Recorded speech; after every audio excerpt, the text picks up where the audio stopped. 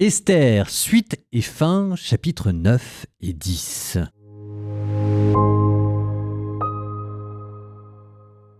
Le 12e mois nommé Adar, le 13e jour où entrait en vigueur l'ordre du roi son édit, en ce jour où les ennemis des Juifs espéraient les dominer, la situation se renversa. Ce furent les Juifs qui dominèrent leurs ennemis.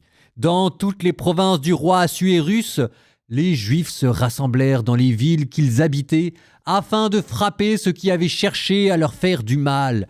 Personne ne leur résista, car la peur des Juifs avait saisi tous les peuples. Grands officiers des provinces, satrapes, gouverneurs, fonctionnaires du roi, tous soutenaient les Juifs, car la peur de Mardochée les avait saisis. Mardochée était en effet au palais un personnage éminent et sa renommée se répandait dans toutes les provinces. Mardochée devenait un homme de plus en plus important. Les Juifs frappèrent alors tous les ennemis à coups d'épée. Ce fut une tuerie, un carnage. Leurs adversaires furent livrés à leur bon plaisir. À Suse la citadelle, les Juifs tuèrent et firent périr 500 hommes, notamment par Chanonta, Dalphon, Aspata, Porata, Adalia, Aridata, Parmashta, Arisaï, Aridaï et Vaïzata. C'étaient les 10 fils d'Aman, fils de Hamdata, l'adversaire des Juifs. Ils les tuèrent, mais ils ne se livrèrent pas au pillage.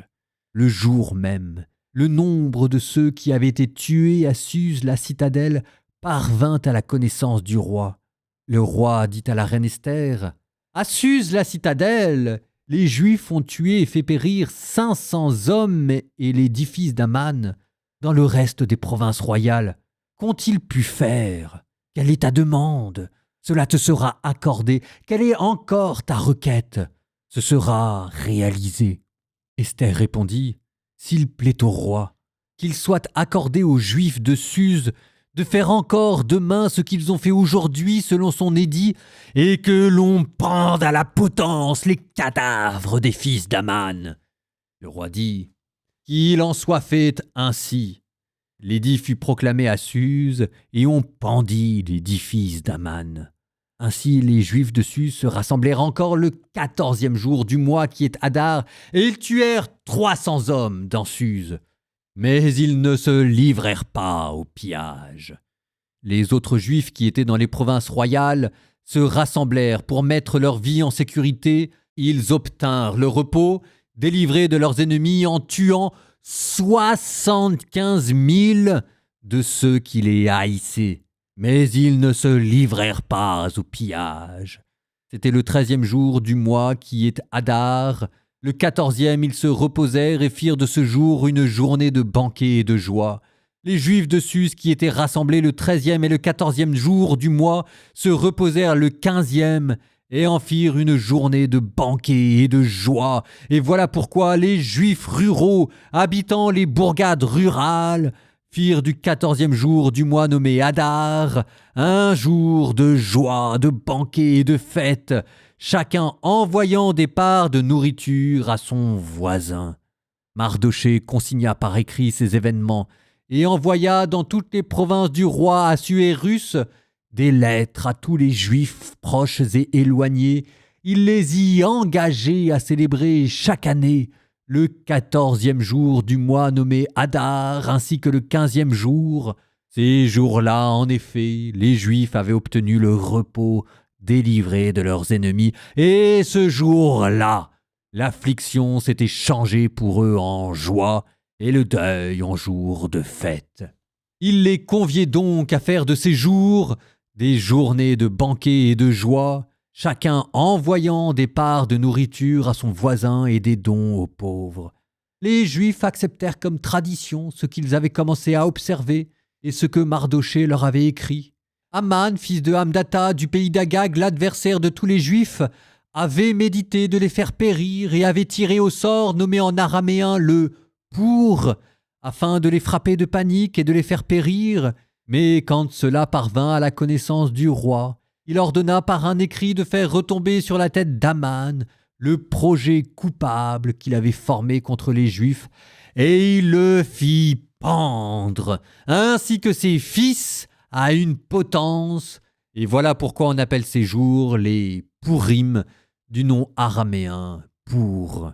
Voilà aussi pourquoi, en se conformant à la lettre de Mardochée, à ce qu'ils avaient vu et à ce qui leur était arrivé, les Juifs instituèrent et établirent pour eux, pour leurs descendants et tous ceux qui s'adjoindraient à eux, le devoir de célébrer sans faute ces 2 jours, selon ce qui est écrit et au temps fixé chaque année. Ainsi ces jours seront commémorés et célébrés de génération en génération, dans chaque clan, dans chaque province, dans chaque ville. Ces jours de Pourim devront être célébrés sans faute chez les Juifs, et leur souvenir ne disparaîtra pas de leur descendance. La reine Esther, fille d'Abihaïl, ainsi que Mardochée le Juif, écrivit avec toute autorité pour confirmer cette lettre de Pourim. On envoya des lettres à tous les Juifs dans les 127 provinces du roi Assuérus comme parole de paix et de fidélité. On établit ces jours de Pourim au temps fixé comme l'avait établi le juif Mardochée et la reine Esther, et comme on l'avait établi pour eux et leurs descendants, en y joignant des ordonnances de jeûne et de lamentation. Ainsi l'ordre d'Esther confirma l'institution des Pourim, et cela fut inscrit dans un livre. Le roi Assuérus perçut un impôt sur le continent et les îles de la mer. Tous ces actes de puissance et de vaillance et les détails de la haute situation que le roi avait accordée à Mardochée ne sont-ils pas écrits dans le livre des chroniques des rois de Médie et de Perse? Car Mardochée le Juif était le second personnage du royaume après le roi Assuérus. Il était grand aux yeux des Juifs et aimé de la multitude de ses frères. Il recherchait le bien de son peuple et se préoccupait du bonheur de toute sa race.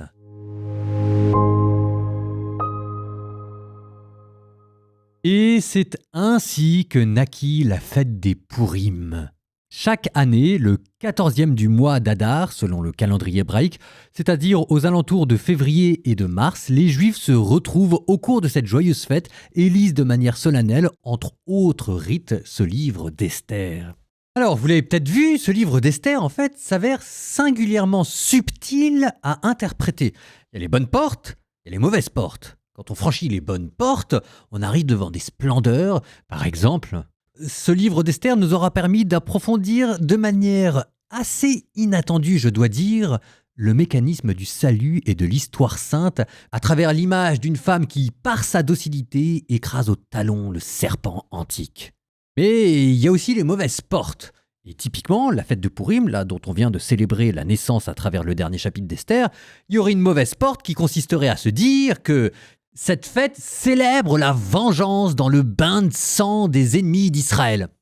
C'est plus subtil que ça. La bonne porte d'entrée pour comprendre la fête de Pourim, c'est la question bizarrement de l'anathème. Je ne sais pas si vous vous souvenez, mais l'anathème est cette pratique qui, au cours d'une guerre, quand on a remporté la victoire sur un peuple adverse, consiste à le tuer entièrement, les femmes, les enfants, et à prendre son butin. Les histoires d'anathème, on en a vu plein dans la Bible, et à chaque fois, on a trouvé que c'était quand même relativement compliqué. Il y a toujours un petit truc qui déplaçait le propos. Et je note d'ailleurs que la première fois qu'on avait rencontré dans la Bible la question de l'anathème, c'était à propos des Amalécites. Tiens, justement, Aman, descendant de Agag, roi des Amalécites. Et Saül avait perdu la royauté parce qu'il n'avait pas livré à l'anathème le roi des Amalécites. Donc là, on se dit, Mardochée, enfin, il enlève la malédiction. Regardez ce que dit le texte. C'est pas Mardochée qui livre Aman à l'anathème. C'est Aman qui, en fait, voulait livrer Mardochée et le peuple juif à l'anathème. Et c'est parce qu'ils ne peuvent pas revenir sur ce premier édit qu'ils sont obligés de faire un contre-édit et pour annihiler le premier anathème, de faire un contre-anathème qui en fait relève de la légitime défense. Déjà, ça change les perspectives.